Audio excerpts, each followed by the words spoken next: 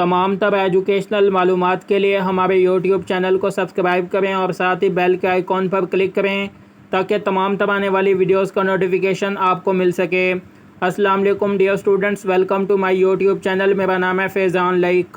Dear students, ये video Punjab के 28 nursing colleges में बीएस नर्सिंग प्रोग्राम से रिलेटेड है।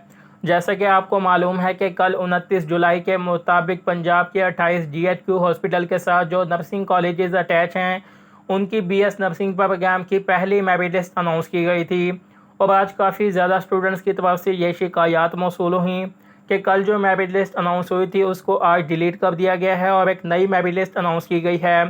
मेरिट लिस्ट को अपडेट किया गया है, उसमें तब्दीलियां हुई हैं और क्या क्या तब्दीलियां हुई हैं उस हवाले से हमें गाइड किया जाए। और इसके साथ ही जिन स्टूडेंट्स का मेरिट पर होने के बावजूद भी नाम नहीं आया, यानी कि जैसा कि आपको पता है कि 94% पर मेरिट क्लोज़ हुआ है, तो 100 से 94 के दरमियान जो स्टूडेंट्स हैं, कुछ ऐसे स्टूडेंट्स हैं जिनका नेम नहीं आया और क्या रीज़न है और उनको अब क्या करना होगा जिससे उनका नाम जो है फिर से जारी किया जाए।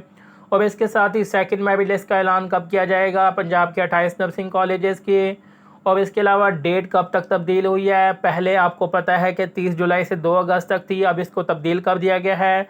तो ये तमाम तब इन्फॉर्मेशन आज की इस वीडियो में आपको बताएंगे और मैं तमाम स्टूडेंट्स से गुजारिश करूँगा कि वीडियो को एंड तक देखें ताकि आपके तमाम तब पॉइंट्स क्लियर हो सकें। तो मैंने प्रोफाइल को ओपन कर लिया है और यहाँ पर जो जो भी हिदायत दी गई हैं उन तमाम तर हिदायत को आपके साथ शेयर करते हैं ताकि आपको किसी भी किस्म की कोई भी कन्फ्यूजन ना हो।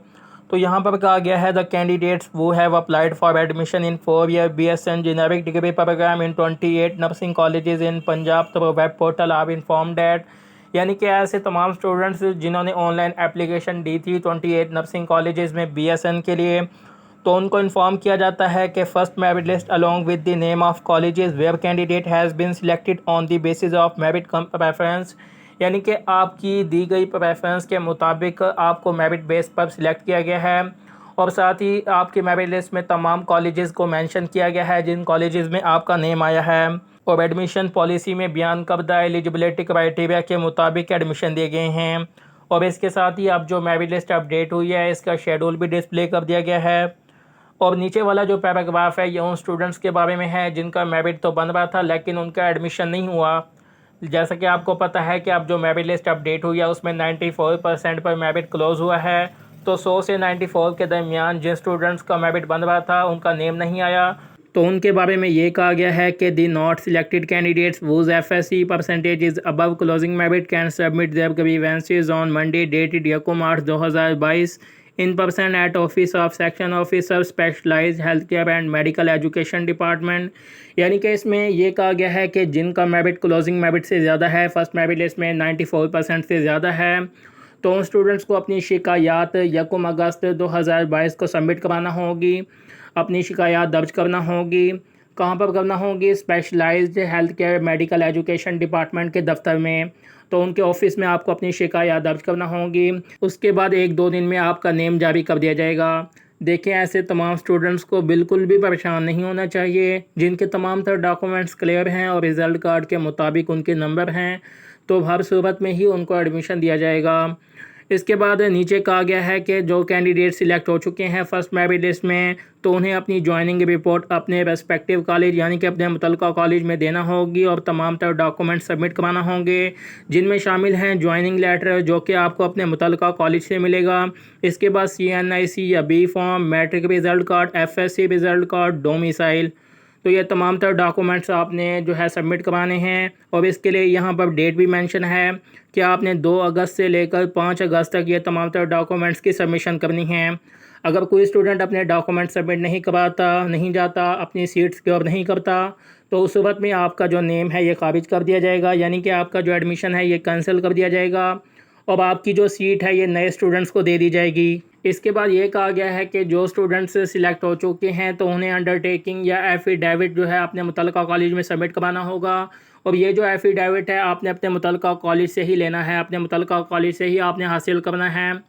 तो ये आपने स्टाम्प पेपर के साथ अटैच करके अपने मुतल्लिका कॉलेज में सबमिट कराना है। अब यहाँ स्टूडेंट्स पूछते हैं कि अंडरटेकिंग या एफिडेविट क्या है, तो देखें इसमें आप क्लेम करते हैं कि आप अपने मुतल्लिका कॉलेज में रहते हुए तमाम तर जो पॉलिसीज़ हैं, लॉज हैं, डिसिप्लिन हैं, तमाम तर पॉलिसीज़ को आप फॉलो करेंगे। तो इस हवाले से ये फॉर्म होता है, इसको आपने फ़िल करना होता है और कॉलेज में सबमिट कराना होता है। और याद रहे कि स्टाम्प पेपर पर आपने इसकी प्रिंटिंग करना होगी, यानी कि जो अंडरटेकिंग फॉर्म पे लिखा होगा जो कुछ, उसकी जो प्रिंटिंग है ये आपने स्टाम्प पेपर पर करना होगी। और फिर स्टाम्प पेपर और अंडरटेकिंग फॉर्म को आपने अटैच करके कॉलेज में सबमिट कराना होंगे। इसके बाद कहा जा रहा है कि अगर कोई उम्मीदवार अपने अपग्रेडेशन का मौका हासिल करना चाहता है तो उसे मुंतखब कॉलेज में अपने अपग्रेडेशन के लिए अपनी रजामंदी जमा कराना होगी। अगर वो अपग्रेडेशन का मौका हासिल करती है तो उसकी पिछली सीट अगले उम्मीदवार को दे दी जाएगी जो मेरिट पर आती है, और वो पिछली सीट के लिए दोबारा दावा नहीं कर सकती। इसमें देखें, ये कहा जा रहा है कि अगर आप एक कॉलेज से दूसरे कॉलेज में जाना चाहते हैं, अपग्रेडेशन का मतलब ये है कि अगर आप एक कॉलेज से दूसरे कॉलेज में जाना चाहते हैं तो उसके लिए आपने अपनी रजामंदी देनी होगी अपने रेस्पेक्टिव कॉलेज में, जिस कॉलेज में आप जाना चाहती हैं। तो अगर इस सूरत में आपका नेम आ जाता है, अगर आपका दूसरे अपनी रेफरेंस के मुताबिक दूसरे कॉलेज में आपका नेम आ जाता है, तो उस सूरत में जो पहले वाला कॉलेज है जिसमें आपका नेम आया था, तो वहाँ से आपका जो नेम है ये कैंसिल कर दिया जाएगा, यानी कि आपकी सीट ख़त्म कर दी जाएगी और किसी नए उम्मीदवार को दे दी जाएगी और आप दोबारा उस सीट के लिए फिर अप्लाई नहीं कर सकेंगे। तो इस बात का आपने ख़ास ख्याल रखना है। और इसके साथ फिर ये भी कहा गया है कि अगर आपका मेरिट पर नेम नहीं आता तब भी आपको सीट नहीं दी जाएगी, यानी कि अगर आपका दूसरे प्रेफरेंस के मुताबिक दूसरे कॉलेज में नेम नहीं आता तो फिर भी आपको मेरिट बेस पर आपकी सीट नहीं मिलेगी। तो इस बात का आपने ख़ास ख्याल रखना है। और इसके बाद फिर आपने नीचे मेरिट लिस्ट को चेक कर लेना है। तो ये तमाम तरह पॉइंट्स मैंने आपके सामने क्लियर कर दिए हैं। अगर फिर भी आपको कोई पॉइंट नहीं समझ आया तो आप कमेंट कर सकते हैं, मैं आपके तमाम सवालात के आंसर करूँगा। अब बात करें कि सेकंड मेरिट लिस्ट कब अनाउंस होगी, तो इंशाल्लाह ये 8 या फिर 9 अगस्त को डिस्प्ले की जाएगी। 8 को उम्मीद है कि 8 को डिस्प्ले की जाएगी। अगर 8 को नहीं होता तो एक दिन का डिले होगा, यानी कि फिर ये 9 अगस्त को डिस्प्ले कर दी जाएगी। और इंशाल्लाह जैसे ही अनाउंस होगी आपके साथ शेयर करेंगे।